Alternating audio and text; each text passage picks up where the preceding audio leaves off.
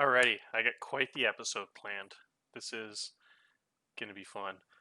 There's a lot to recap, so let's start fast by saying we are in first place. We won the Memorial Cup last year. I know it's been a while since I had an episode I've been playing, talking to my buddy.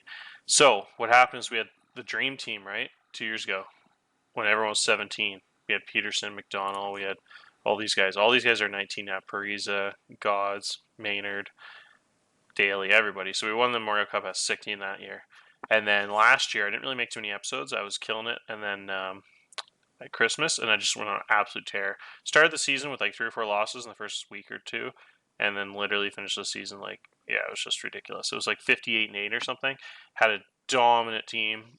Made a couple moves there and just put us over the top and just shredded. And then we got all the way, just terminated the league, like all these 9-2 scores. We got all the way to Memorial Cup final, and we actually just lost the Memorial Cup, but we swept our way right through the OHL playoffs almost. We had some issues in the first round with like a 23-win team, but we were actually down 2-1, which is hilarious. But we swept the Eastern Conference Finals and we swept the East Finals in the OHL, and then did really well in the Memorial and lost in the Memorial Cup championship 3-2 in a really close game.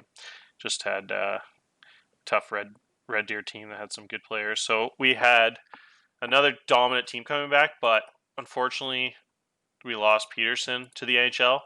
He, I thought, probably would stick in the NHL, and he did. It's still a slight possibility he comes back.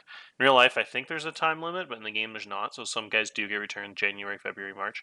Seeing a guy literally get returned as late as like the last week of the season. I think it was a player last year, like March 10th or something ridiculous, right when the playoffs start, like March 20th or something. So that but I don't think so. He's already played 27 games. Usually those bench guys that like don't even touch the ice and they send him back, but he's like a contributor for them. He plays 7 minutes a game for like almost 30 games already in January, and he's doing okay, rotating on that fourth line a little bit. And then McDonald has played 23 games, and he's like a 15 rate agitator in the NHL. So I don't expect him back either, but he's not really playing. Like he's got 6 minutes a game, 2 points in 23 games. So it also wouldn't shock me if they sent them back because they're just pretty much like the last guys on the team. Um, so I don't know. It would be insane if they came back because this team is already first place, 32-8. So we got everybody else back with them. What's really carrying us this year? We do have a pretty good team. Like Pariza is a stud. I almost look at it as a blessing in disguise, like in a realistic way, because like we won a Memorial with all of them. We're 17. We almost won the Memorial last year when they were 18. This was gonna be like the dream team. Had like literally all 19-year-olds. So think of this team looking at this list. We're missing Parrish on the injured list right now. He's back in a day or two. He's like a 14 rated on that first line, and Dolphy's 11 rated on that third line. So pretty much you got the top 12 are absolutely stacked, right? It's all 19-year-olds except for Maynard, who's 18, who's a first round pick in the OHL draft, and he went in the NHL draft last year in like the third round. So you got the entire top 12 that's all like double digit rated and all like 19. So think of that team with Peterson, McDowell as like 19 and 20 rated on top of that. It would literally be the best team of all time. And then we also potentially could have them back, but just without them, it's kind of cool. As like I said, the blessing in disguise, where it's really cool to have two 19-year-olds in AHL that had a Memorial Cup under their belts and already kind of accomplished everything they need to in junior. Like if you look at it's not really like any point coming back at this point. Like you look at McDonald, right? He has the world last year. Got the Eddie Powers leading scorer in the league, 71 goals, which was the craziest. I don't know if I talked about that. Had like a best season ever goal scoring. He has 2 OHL titles in Memorial Cup and then second place in Memorial Cup. And that remember that's just in 3 years. And then he has the World Junior Medal where he was a really good first line player as an 18-year-old last year, and he has the Golden Holinka, and he has a second place at the World Under 7. So he's done everything he can do at junior level, pretty much Memorial, and he World Junior Gold and everything. So high draft pick in the NHL, 71 goals in his final season. You can't really top that. So I'm kind of okay with him moving on. And then same thing with Peterson. Peterson would have been my all-time leading scorer as a Barrie Colt. He was 91 points away from breaking Brenneman's record, and he had topped that pretty easily the last 2 seasons. And so he probably would have got it if he played the whole season in the OHL this year. But that's okay because he had a dominant 3-year career too. He was the Wayne Gretzky Award winner for Memorial Cup championship team, MVP of the playoffs, a Memorial Cup, 2 OHL titles, and he won a gold for the under 17 at the Americans. And he has 3 silvers, all to Canada, I think, runners up to Canada. And so World Junior silver 2 years in a row as a 17, 18-year-old. So again, pretty much, yeah, those guys are just moved on. They did everything they could possibly do in junior. So it's really cool to see them move on and Parise and Gouds be able to play in that first line because they've always kind of been the shadows. And Gouds actually is the captain now. He's the best mentals I've ever seen. If you look at his stats, he's way too good not to be on the first line. He's probably a top 5 player in the OHL. His defense could be a tad better. It's 12 and 13 in the two main categories, but he's a dominant hitter. He's aggressive. He has crazy mentality. He's got wicked passing. Very good at everything else. The only thing he doesn't do at like a top level is getting open, and his his shot's average, but it's not great. So he's just like not the absolute dominant finisher, and he's not an absolute dominant defender. It's kind of but at the OHL level, but pretty much everything else he's good at. Good skater, just a really good all-around player. Big boy. He's grown from 165 pounds when I drafted him to 225, which is super cool. So he's definitely earned that first line team captain status. He made the World Juniors as an 18 and 19-year-old. 18-year-old, he had the friggin' game-winning gold medal assist on the gold medal winning goal in the finals in the 1-goal game. So that was pretty cool. He's had a fantastic career, so it's kind of cool to have him back as the leader and not in the shadow of McDonald anymore. And then same with Parise. Parise's always kind of been the shadow of Peterson, even though he's pretty much almost as good.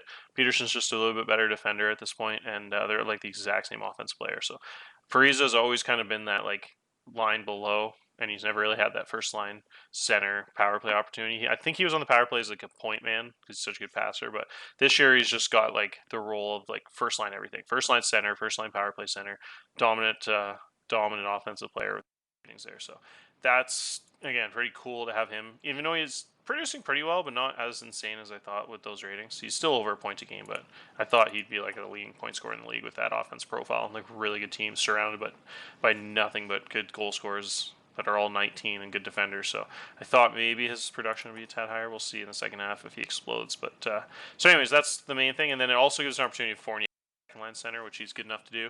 He's not a dominant defender, but he's a really good offensive player and a really good skater, and has 14 positioning, so still a pretty good defender, but just not insane read and stick checking. But yeah, so that's kind of giving an opportunity for those guys to play up a little bit, which is cool because they're definitely good enough for these roles.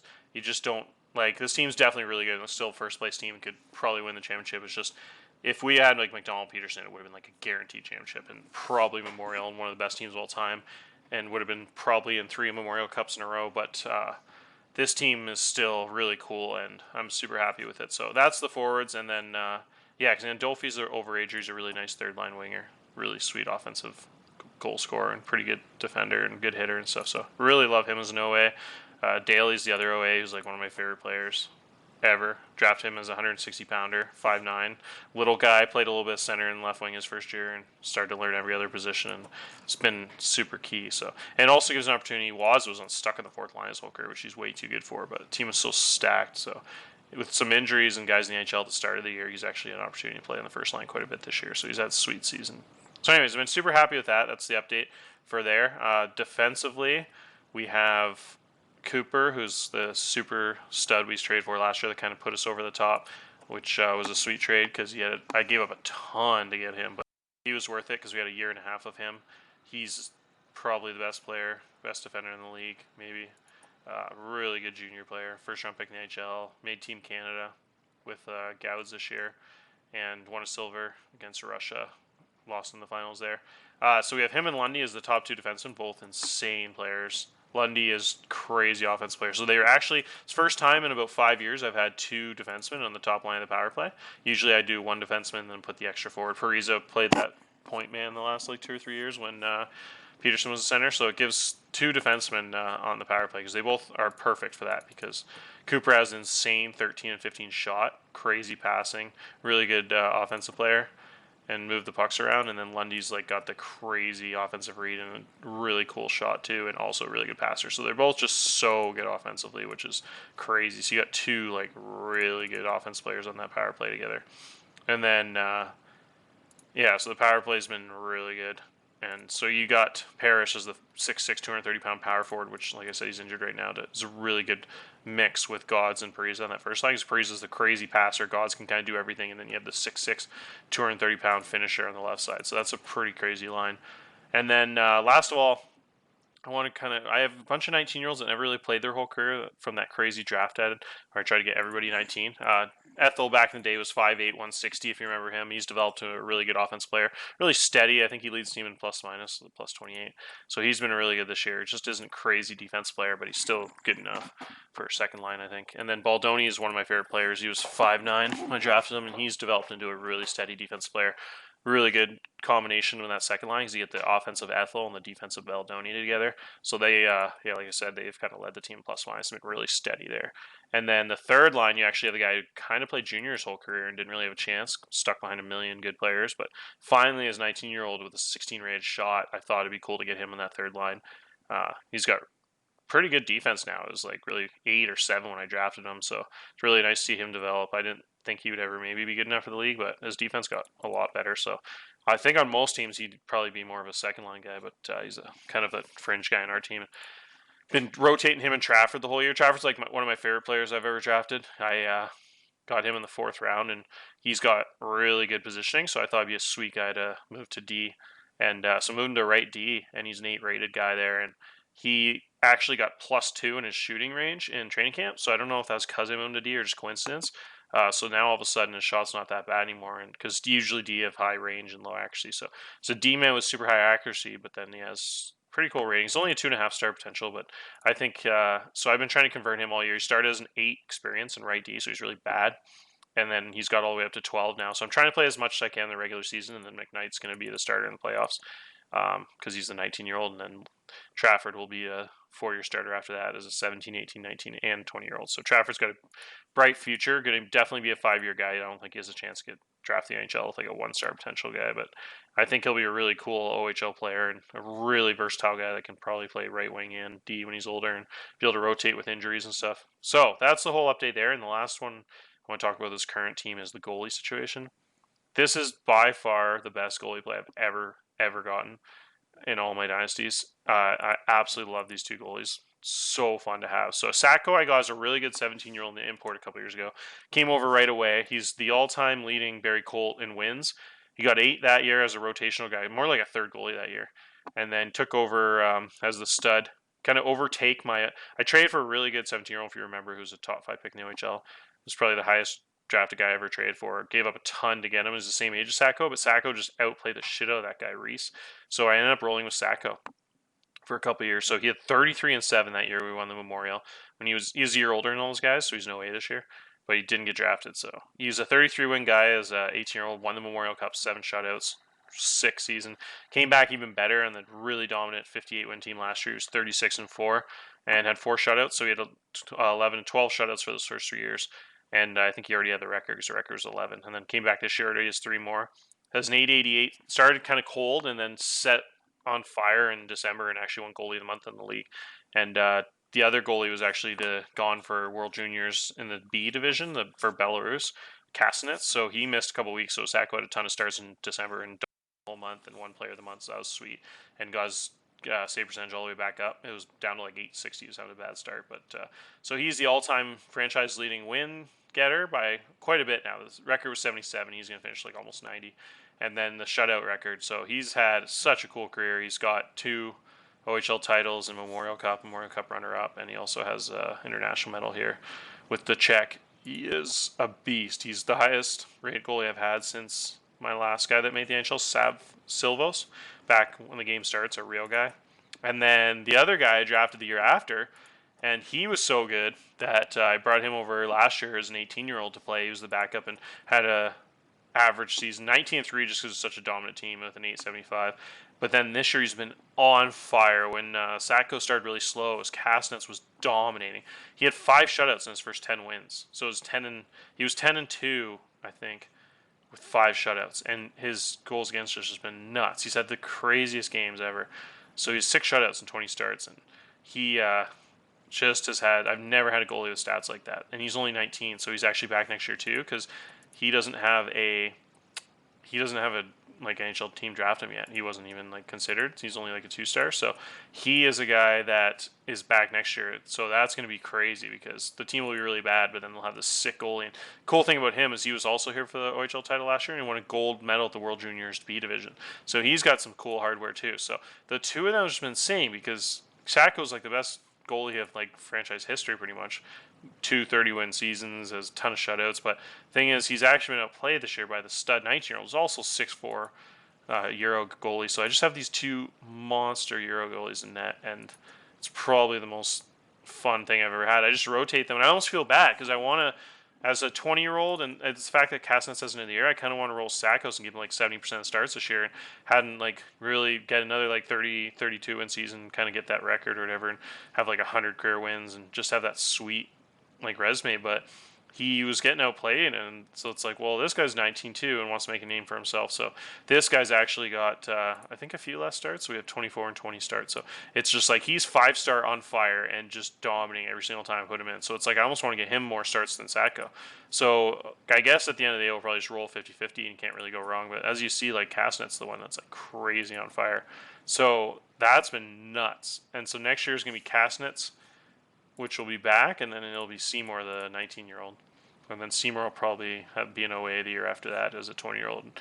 I'm not too worried about those teams in the future. They're going to be huge rebuilding years, so I'm probably going to trade off anyone that's good for the next few years and just go full tank mode, which I've never really done. But we've traded, that's what we'll talk about next. We've traded so many assets that the next few years are going to be dismal.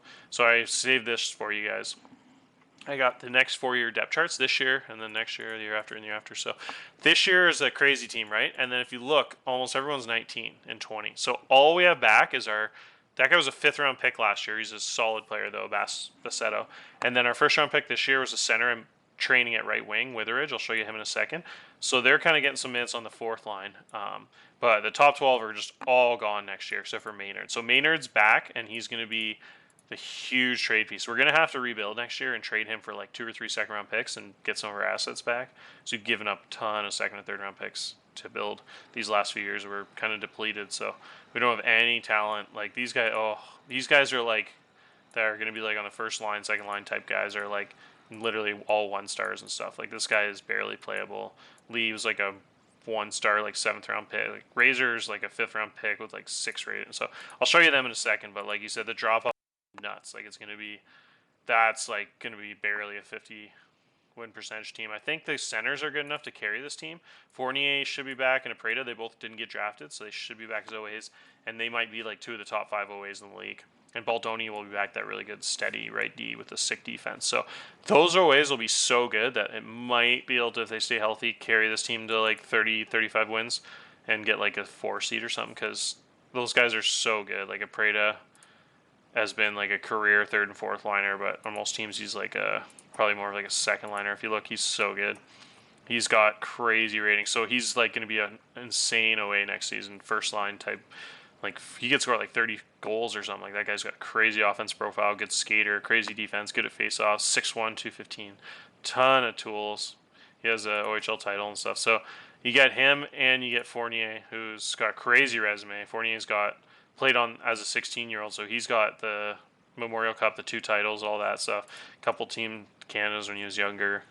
And so he's a pure offensive guy that's getting there on defense. So he'll be another guy. Like both those centers next year could just be like carry those first 2 lines, and so we could have like absolutely no good wingers. Even we could hold on to Maynard and potentially be really good, and have like those 3 really good forwards and maybe win and potentially win a playoff series or something. Or we could just trade Maynard and just totally rebuild and pick up a couple extra 2nd-round picks and try to get like a top 5 pick or something. Maybe trade Fournier and Apreda, the really good OAs, for like 3rd-round picks or something, and then get like 2 or 3 seconds for Maynard because he's 19 and really good. And then totally rebuild. So the best young guy is probably this 1st-round pick. I really like him. I trot him right wing because he's a right shot, which is cool, rare for center. So yeah, he's got sweet ratings across the board. He's got a killer shot, 14 actually as a 16-year-old. So he's going to be a guy that could be a really good goal scorer as he gets older. His passing's not great, but he does have 11 read, which is good. So he's going to be a guy that would be like the best player in the team in like 2 or 3 years. He's only got 3-star potential, so he won't go up like crazy, but he's a really solid current ratings. One of the better players in the draft. So I think he's going to be the main guy. So him and Bassetto are both 16 and 17. So Bassetto's the 1-year-older who was a 5th-round pick, but he actually was rostered as a 16-year-old because I stuck to the rule where you had to roster 2 16-year-olds, and I had traded all my high draft picks, so I like literally had to roster him because he was a forward and I didn't really have a backup center. And so I actually rostered him as a 5th-round pick last year in the team that won 58 games, and he played quite a bit. He when there's injuries and tried to rotate him in, And so he's got like a starter this year on another really good team. So he's got some sweet history too, and won an OHL title last year. It doesn't say it in his profile. I guess he wasn't playing and dressed in that game or something. But he is another guy that was around last year in a really good team and should be a leader going forward. So those guys are really good for young players. And then the other, I guess, only good young player to kind of build around is going to be this Razor guy. He's 17, but he's got some cool defensive ratings. But yeah, as you can see, the team just like kind of really drops off in the next few years. Like I'm just to give you an example, uh, like this guy is probably gonna be like a second line center. Like you just look at the ratings compared to the guys I have now, it's nuts. Like he's already 17 too, so he's just gonna be 18 next year. And you got Alec who will probably be a starter next year with like those ratings, and only has like 9 offensive read and doesn't have any on defense. So he's like 8 defensive read. So a big time drop off. I like Lieb though; he's pretty good. He'll be a solid guy, but good skater. But yeah, as you can see, it's just gonna be a lot different. We're not going to be a dominant team. My best player that's probably young, that's not really playing,